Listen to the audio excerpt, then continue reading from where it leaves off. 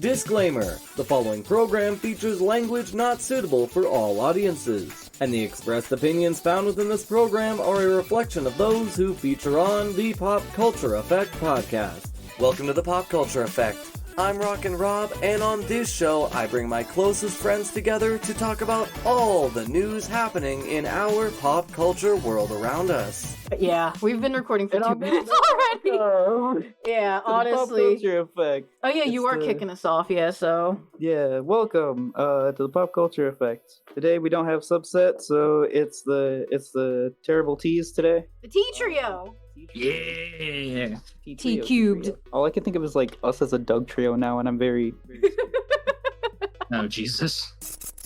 You didn't think I'd miss an episode, would you? Yeah, of course it's Friday, and this episode's supposed to come out tomorrow, but I'm still going to talk about the third episode of the Amazing Digital Circus, The Mystery of Middleton Hall Manor. Now, this was absolutely wonderful to watch, even though I'm kind of pressed for time and have to rush off to the job I actually work. But there are a few things I want to get to right before I talk about the episode itself, and that is that the Amazing Digital Circus is coming to Netflix, which is awesome. I'm so excited they're able to get that expansion. And I have in my possession the vinyl record of the pilot soundtrack. So that's cool. But besides the point, I want to get right into this episode as the intro starts with a bit of quirky details for each of the characters as Pomni is attempting to hold her breath. Kane comes in to introduce the adventure of the day, with Bubble having a backward sentence, which I'm sure will be deciphered within 24 hours. And the adventure of today is solving the mystery of Middleton Hall Manor, as the title implies. Now, the overall quality and detail has definitely gone up yet again, with each character looking more defined and higher quality, and it was just a really pleasant time watching this episode overall. And the big conflict of this episode is when the group actually gets split up between everybody except for Kinger and Pomni, with Zubul not taking part in the adventure, and that's kind of the B-plot of the episode as Kane puts her through a therapy session. But Zubul is kind of purposely holding back because she knows she can't really talk about her true feelings because Kane is just kind of looking to make the adventures more appealing. But going back to the manor, Pomni and Kinger are the ones that kind of go through the more difficult route of the adventure, with them finding different recorders and tapes to play to give context to the mystery itself, with there being some really creepy designs and atmospheres in this manor, and I'm so glad that they timed this perfectly with the spooky month of Halloween. And we actually get some really great character work back and forth between Kinger and Pomni. It was actually really cute, and I wrote in my notes, Jesus Christ, right as I wrote that, the creepiest thing ever just happened. So yeah, definitely watch the episode to check it out, because it was really great. So eventually Pomni and Kinger escape, but they end up going all the way down to what is called Hell, and Pomni kind of has a breakdown. But before we get into that, we go back to Zubul's therapy, and she admits that she just doesn't like herself, and she just tells Kane the blatant truth of that nobody likes his adventures. And this was the coolest part of the episode, because the concept of Kane failing at the one thing he was programmed to do and be good at nearly deloaded the entire circus. But going back over to the manor, Pomni and Kinger have a really interesting set of events through the eventual reveal of the tapes and them getting captured. And everyone else is kind of just drinking coffee with a ghost girl, which is honestly hilarious that they just went through this totally chill route. And obviously, Jax is tied up because we don't want to cause any problems. But before they can escape, they have to wait for Pomni and Kinger to join them at the goalpost. And going back to Pomni's mental breakdown, Kinger's trying to support her, telling her his backstory with his wife, and trying to connect with Pomni about the whole situation of them being stuck in this digital circus, with his closing remark being that regardless of the situation, whether it's her holding her breath or living in the circus itself, she just has to kind of not think about it, with a beautiful piano piece playing as the two walk to safety. And Pomni actually has a really nice moment where she finally thanks Ragatha for being considerate of her through the previous 2 episodes. And then everyone goes back to the circus, safe and sound, as Kane rambles on about the Wild West as the patient now in the therapy appointment. But yeah, everything kind of wraps up really nicely in this episode, and I really hope we get more in the future. I know there's been interviews where the creative minds behind Glitch and Amazing Digital Circus have said that they have more depended it on whether the creator has finished his story, and they're not really looking at it as a season 2, season 3 type thing. So I hope that there's at least a little bit more to tell in this story. I hope we get at least 12 episodes. But yeah, that was me talking about the 3rd episode of the Amazing Digital Circus. Now I have to go to work and edit this audio and make sure I have it prepared so that way I can upload it by tomorrow. Let's go! But yeah, that's everything I have to talk about for this week. And now it's time for me to send it back to my friends for this week's episode.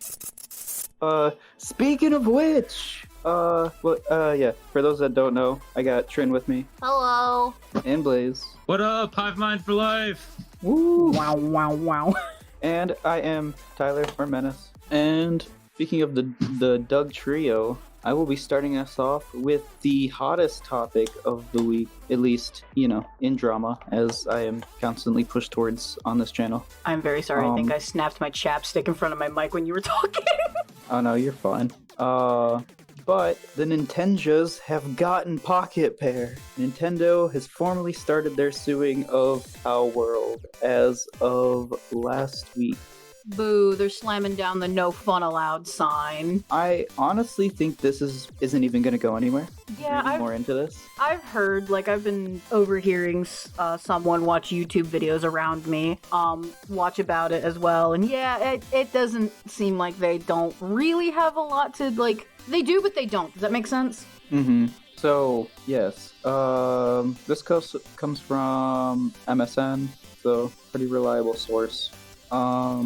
Nintendo and the Pokemon Company are suing the makers of Palworld, claiming the game infringes on the Pocket Monster franchise's patents, according to a statement from Nintendo on Thursday. And it was a legal announcement on the actual Nintendo website saying that they are formally, Nintendo will continue to take the necessary actions against any infringements of its intellectual property rights, including the Nintendo brand itself, the intellectual properties it has worked to establish over the years. PocketPair then issued a response on Thursday saying it will begin the appropriate legal proceedings and investigations into the claims of patent infringement. They still haven't released what patents are actually being affected, or what the Nintendo company is actually the specific patents they're being sued for.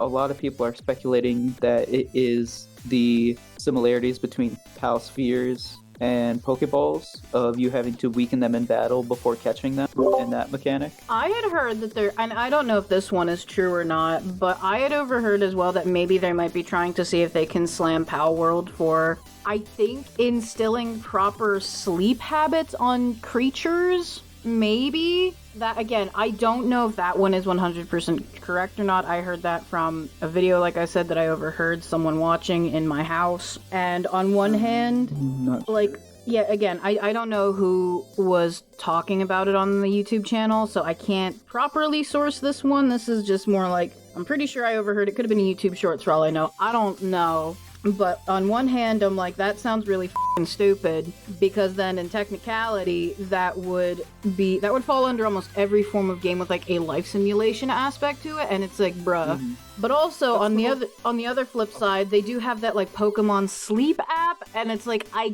guess you could make an argument for that, but isn't that more for yourself rather than your Pokemon? That literally just tracks your sleep. That has nothing to do with actual Pokemon. I was gonna say, and I've played one Pokemon game my whole life, so I have no idea if there even is a mechanic like that in the game. No, there isn't. That's what I thought. So that's why I was are they trying to get that for their Pokemon Sleep app? Because it's a stretch if that was true, but don't 100% quote me on that one. But yeah, there hasn't been something like that. Some people have said about the characters' designs, which a lot of pals do look like a lot of Pokemon. That's probably the biggest thing about it, is that so many of them look almost completely identical. But the patent infringements, right? Patent infringements are, in the gaming industry, are more mechanic-based or theme-based kind of things. They're not actual character models or anything like that. Yeah, but Nintendo has definitely had a track record for getting very testy with designs, and not so much going to the full level of suing, but cease and desists. because I remember I think back when it was Twitter, there was someone who, like, as a joke, modeled Bowser's, Mm-hmm. and they later got an email cease and desist from Nintendo for posting said, like, image and everything, and I don't know if they actually uploaded the file or not, or if they had, like, they gave a link to, like, download the file or whatever, but, like, but I remember reading that and I'm like, dude, Nintendo, calm down. And also, is this legitimately what, like, his, looks like? God damn. So, like, yeah, Nintendo's, like, definitely had, like, a history of being a little testy with things. And that's probably not even the only one. So, like, that's why I'm not surprised that they're doing this, but they are going to run into the biggest issue then if they do manage to try and get this to some form of court system is, are they going to go with Japan's laws or the US? Because I think they PocketPair and Nintendo are both Japan-based companies. Oh, are they? Yes. I did not know that. Okay, I redact my statement. But there is a third contender that has showed up in this race. October 10th, there is a game that just dropped its first official gameplay trailer, and I am sending images now to the Discord for this as we are recording. But I need you to look at this game and tell me this does not specifically look. It's called, what is it? Give me a second. Pokemon? Miraibo Go. Miraibo Go is what it is. So it literally has the Go in it. It literally has the Go in it, and the UI, the items, the monsters, whatever you want to call in the game, are literally one-for-one models of Palworld. So now we got someone copying as Palworld. So we have someone copying Palworld who Palworld copied Pokemon. Yes. You see, and that's just like an endless cycle and from the picture you sent and the little, like, images I can see in the bottom corner there, this is definitely a mobile game. It is a mobile/PC game. I am not surprised that something like this has surfaced because I need to show you this one. This is my I'm sure, like, you might even be familiar with it because I know you're more into the mobile gaming aspect than I am because one, my phone is always dog shit for it, and also a mobile game maybe catches my attention for like a day before I get bored of it. But, like, I'm pretty sure this is a very common thing with mobile games where, like, a very popular game will be around. Best example, honestly, I feel, is League of Legends. That game has been around for, like, 13 plus years. Yeah, every mobile MOBA, I'm pretty sure is just, like, you look at it, is, yeah. Mobile Legends. Yeah, Mobile Legends. Yeah, it's like, they're full-on, like, rip-offs of the game. And so that's why I'm not surprised that I don't know if there have been any for Pokemon. There have been so many for Pokemon. It's not even funny that they're not going after them, but going after Palworld. And it feels like it's literally just because of the success of Palworld and how much money they made. It more than likely is because it's possible that, like, Nintendo at the time with these like stinkier mobile games, they were like, nah, they're probably going to be around for a couple months and then die off. They're not going to amount to anything. And then Palworld comes around, they're like, oh, yeah, I want to talk about this last picture I posted. The cover looks identical to the Palworld cover. It is the cover art for Palworld above the title screen for this game, and they are one-for-one similar, like exact. Almost. Dude, even tower like in the background, I'll same say, yeah, amount that tower of in the background, monsters yeah, facing each other. One's riding one on one side and one's on the other side holding one of the. I'm just gonna say Pokeball because it's literally what it is. Yeah, like the only difference is like there's one human. Whatever type of sphere they got this time. From this other picture with Miraibo Go, where you see the character shooting a gun, this looks like it's now it looks like it's a combination of like Fortnite and Palworld. Fortnite and Palworld with exactly like Palworld to me because you get a pistol that looks almost like that, except it's a little gray. You have your hunger bar and the health meter that look exactly like that, except they're in the bottom left, with that same exact temperature meter that judges whether you're too hot or too cold. Yeah, it looks like I can see they added mobile aspects to put like your crafting bar and your backpack down at the bottom. Yeah, it looks exactly like that, but with like a Genshin skin. Mm-hmm. It's got a little Genshin artwork for it. But if you look at the first picture, that bow, that assault rifle, and that axe in the hotbar are the exact models. Along with that Pokemon, or that monster that they're trying to fight, and the UI for the capturing percentage is exactly 1-to-1 from Palworld. So it's like, what do we do here? And everyone else has been bringing this up as like, last year, an indie game, what was it? Where? An indie zombie survival game from now defunct developer Fantastic called The Day Before was almost instantly compared to AAA developer Naughty Dog's classic zombie survival game, The Last of Us. Like, everyone's calling out these similarities, and they're like, well then, why doesn't Ubisoft and Assassin's Creed do Far Cry for the tower synchronization system? Or Nintendo towards Legend of Zelda with Breath of the Wild and Tears of the Kingdom. They have the same exact thing with the tower synchronization. Exactly. And if this lawsuit does go through, there are some licensed Nintendo games that have the same catching mechanics in them from Pokemon that it would affect with this lawsuit. I mean, would it as heavily affect another Nintendo game versus if it was a game that's not from Nintendo? Yeah, it's like this double-edged sword that, like, they're damned if they do, damned if they don't. So I think they literally just did this because before, when everybody was like, the community for Pokemon was split half and half, whether they liked Palworld or not, and everybody was literally tweeting and messaging and emailing Nintendo to sue the company to the point where they needed to make a formal announcement on Nintendo saying, stop, we will pursue legal action when we are ready. A part of me wonders though if like they're more just doing this for a mixture of like publicity and also like an intimidation tactic, but like an empty one. Does that make sense? Yeah, I feel like that's what it exactly is that it always happens in games.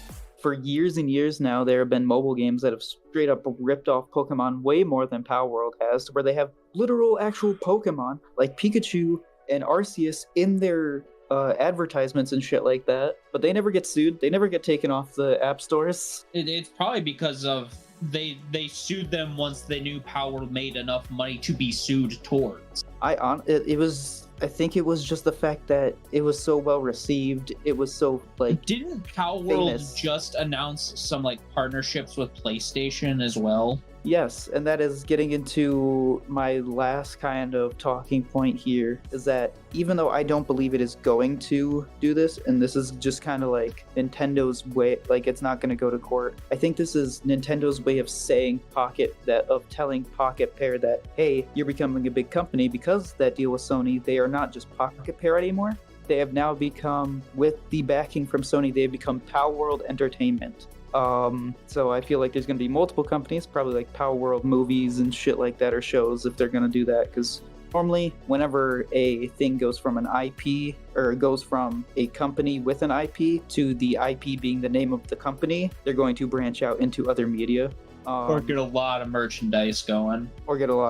But the other thing that happened with that is the release of Palworld in Japan has been indefinitely suspended until further notice. So Palworld will not release on the PS5 in Japan. That's interesting. So I feel like this is Nintendo saying, hey, you stay in your lane and I'll stay in mine. This is a warning, which we have known Nintendo to do to other companies. So yeah, that's all the info that has kind of come out of this in the half week, I guess, it's been going on. There hasn't really been like anything on the legal front, which, is weird considering it's a lawsuit, but more has come out, like more external measures have been taken, I guess you could say. But I don't know, I hope they figure this out and that we can continue for Palworld to update, because honestly they needed that backing from PlayStation, because they've been running slow lately with updates, and I haven't really been playing it because of it. Oh no, I was just gonna say, I'm pretty sure I played it for let me check my Steam library here real quick. Where are you? I know I have it, because I played it. Barely 3.5 hours. Sadly too long to get a refund, but nah. Sometimes they still allow the refund. Like, don't get me wrong, it's a good game. I like it. I like playing it. I haven't even technically beat it, but it's a pretty long game. Oh no, for me, I just don't like Pokemon, so I knew I wouldn't really like it. I was just roped into playing it. I got more sucked in, not even for the Pokemon, but, well, okay, some of the Pokemon, the Jet Dragon did look cool, but more for like the arc aspect of the game. I like the base building, I like the resource management kind of stuff. I don't know, it's just, for me, I think I've just been drained of like survival and like crafting and building types of games with like Ark, Minecraft, and whatnot. I just played them so much as a kid. I think I just kind of burned myself out of like that genre style of gaming. I kind of feel that way too, because like there's still some that I can still play to this day, but like when I start a new one, I'm just like, I play it for a bit and then I'm like, oof, gosh, bored. Hell, I think I've always been like that though, because even Minecraft, I could only play that in like spurts of, I'd say, in no more than an hour and a half, unless I'm like with a group of people and I'm having fun. But like if I'm just by myself, like after about an hour or so, I'm just like, dude, I'm bored as hell. Time to go back to my 15-hour Sims binge. Yeah, time to just sit there and let your Sims do what they want. Exactly. It's understandable, but I don't know. Like I said, I really don't think it's gonna go anywhere, and if it does, like if it was going to, there's no reason why PlayStation, Sony, another Japanese company, would take on this deal. So I don't know, I feel like it's more of a warning, and Palworld will eventually be released in Japan for everybody, and hopefully by then we have trainer versus trainer battles, so I can go and shoot you guys with guns and Pokemon. No. No. But, you know, going from the drama to something, you know, generally good, like I haven't really heard anything bad about it. Blaze, tell us about the new Transformers 1 movie. Yeah, so this movie was probably my favorite Transformers film that's been in theaters. It actually probably trumps some of my favorite versions of the live action ones. So I know you told me that these were based off game, like these were like not really based not off... necessarily based off the games, but it's based off the origin story of Optimus Prime when he was Orion Pax, and back when Megatron wasn't Megatron, he was Megatronus, or in this version D16. Okay. But a lot of people are speculating, because this is going to end up, as long as this one does well, which I'll get to that in a bit, as long as this does well, they're trying to do a trilogy of this from what I've heard, and that trilogy is going to kind of loosely follow the wars on Cybertron leading up to the fall of Cybertron that the video games around the 360 PS3 era did. Okay. But anyway, Transformers 1 is an amazing animated retelling of the origin stories of Optimus Prime, Megatron, and a few other of their teammates on both the Autobots and Decepticons side, as they go through the events in the movie that leads to the rise of Optimus Prime and the fall of Megatron as they become who they are that everyone knows to this day. As we know them. Trying not to do any spoilers because the movie's still fairly new. It's only been out for about a week and a half. But here's the thing though. Reviews, everyone's loving these movies. Tomato Meter gives it an 89%, and their popcorn meter, which is the audience score, gives it a 98%. So everyone who's watching it is downright loving these movies, but there's one issue. It's not making much money. Mm-hmm. Everyone who watches it has good reviews for it, but there's not many people going to watch it though, which is the issue. I think that's just theaters at this point though, to be honest. From what I've read online, it comes down to the marketing of how they marketed the movie. A lot of the like trailers and marketing stuff they've done made it seem more like a kids film than a Transformers film. Yeah. And this is kind of meant for more like a young adult audience, though, isn't it? Like... It is kind of a young audience, but those who are older and grown up with like the old Transformers will still love this film, regardless of it being more towards a slightly younger audience. Like, I got super excited because isn't this like the farthest back that we've seen so far in film form? Yep, this is the farthest back.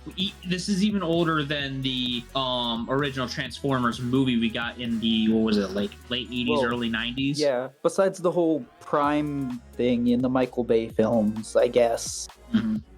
But yeah, this is the earliest. This is the earliest form we have ever seen of these characters. But yeah, box office wise, Transformers 1 has only made about $72 million globally. It hasn't released in Germany, UK, or France yet.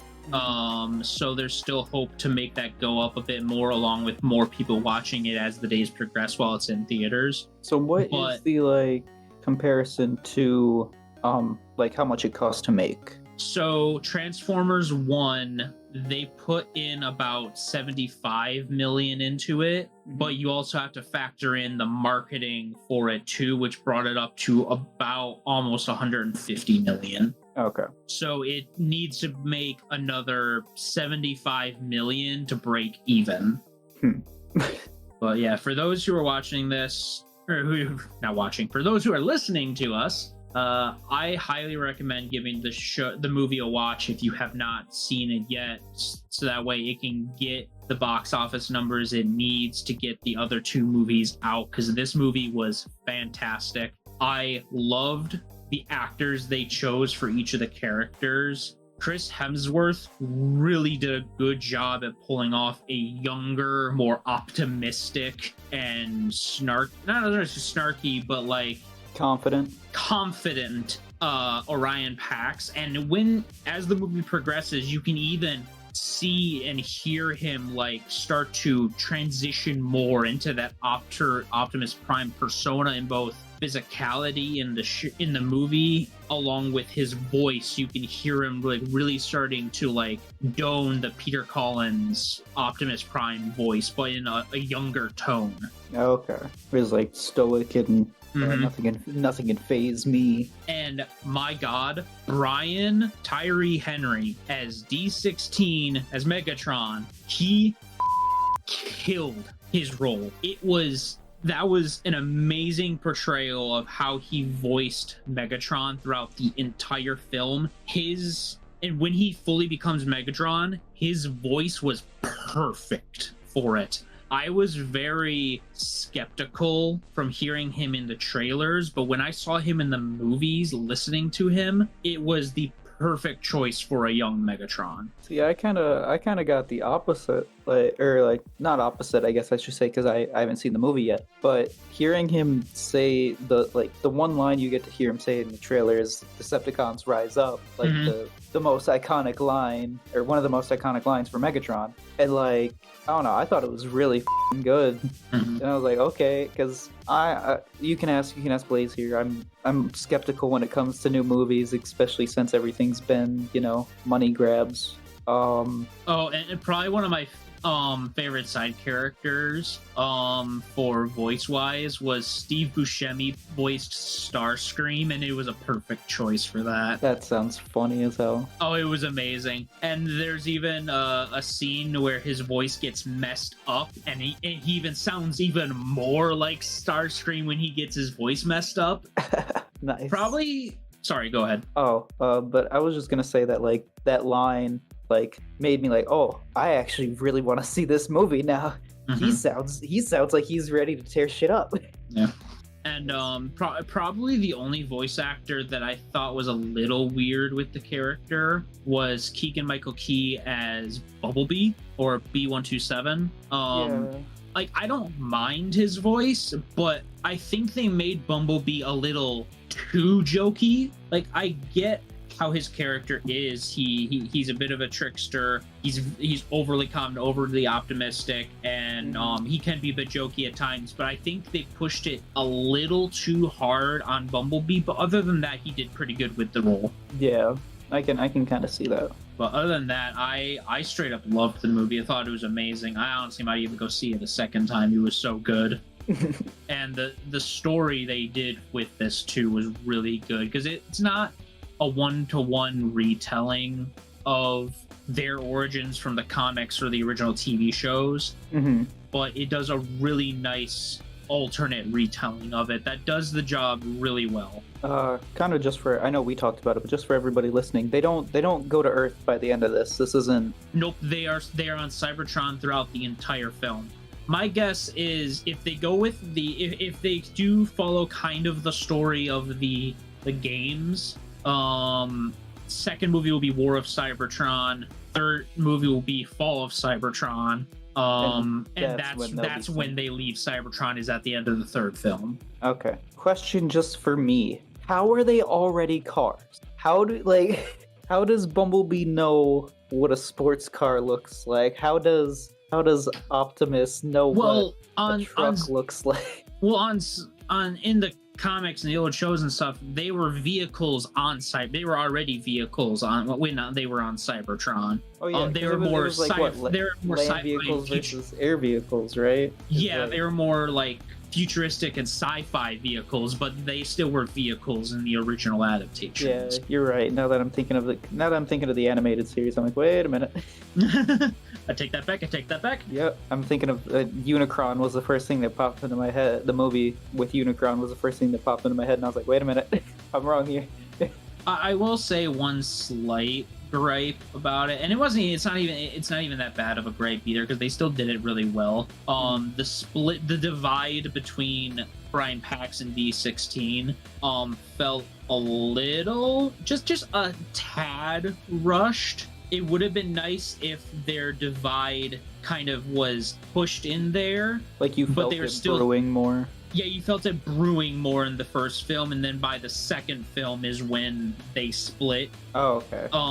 But I still think they did a really good job with the story for it. When it comes towards the end of the film, it still did the job really nicely. So it's not really that big of a gripe. More so just a very slight nitpick that I would have liked to see it extended a little longer. Mm-hmm. So I know we've seen, because I do got a couple of little questions, but so I know we see Soundwave, and Soundwave is it's kind of been in a thing in my family that my mom's favorite is Soundwave, so she's Soundwave and we're her little mini cons. Nice. Yeah. I'm Laserbeak, obviously. Are there the mini cons in this? Like, because I know we've seen Soundwave. Does he have his Soundwave is in it. I don't think they had any of the mini cons in this movie. Oh, okay. I'll have to wait then. Don't remember. Like, I don't know. He's always been like this side character that like I've always found interesting, because he's like this loyal servant to Megatron, but he always finds the time to be a dick to the good guys. Like, while he's doing whatever he needs to do for Megatron, he always takes a pit stop just to like send his little guys out and bug them, or cut the power to whatever they're doing just to with them. And I'm just like, I like that guy. Yeah, that's pretty much all I got for the movie. For the like I said before, for those who are listening in, who are still debating on watching it, please go watch it so this movie can get the funds it needs to make the sequel and hopefully the full trilogy, because I really want to see how it continues. Also, stick around for the end credits. It does have an interesting end credit scene. Nice, okay. But that's all my rambling about it. But anyway, thank you everyone for tuning on in and listening to us rant about the things we like about. Thank you, Menace, for joining me. Oh yeah, always fun. And thank you, Gemini. A pleasure as always. For those of you listening in on YouTube, please feel free to comment, like, subscribe, so you can get some more of us and our shenanigans of what we talk about. For those of you listening on CGSW, please check out all the other podcasts that are on the station as well. Please give them likes and check them out. Everyone puts in their hard work, and we want everyone to get appreciated. Yeah. But that's all for us today. Have a good one. Bye. Bye. Don't hit start streaming. Hit start record. There we go. Dumbass. This is gonna be full podcast. Yeah. Well, with that, I think we're ready to go. Did you do any test audio with us, or? I just did it. I just did it as you guys were talking amongst yourselves. I think we're as good as I can get it before, before the editing. You didn't let us know. You guys were talking normally. It's fine.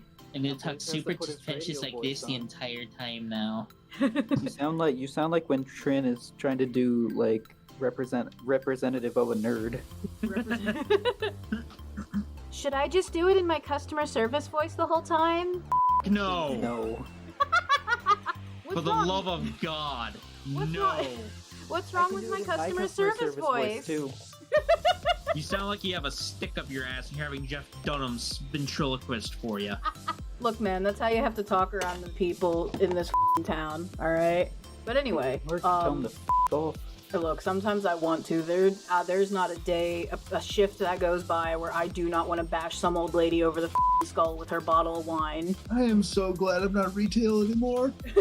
It's not like that bad because like we only sell like specific things, so it's not like as bad as like Walmart or like Dollar General. Oh, I hated working for Dollar General, but those type of places suck. yeah, but like we still get some like people from out of state are a little annoying, but I can't hold it too harshly against them because they don't know. I feel like gas stations are the worst.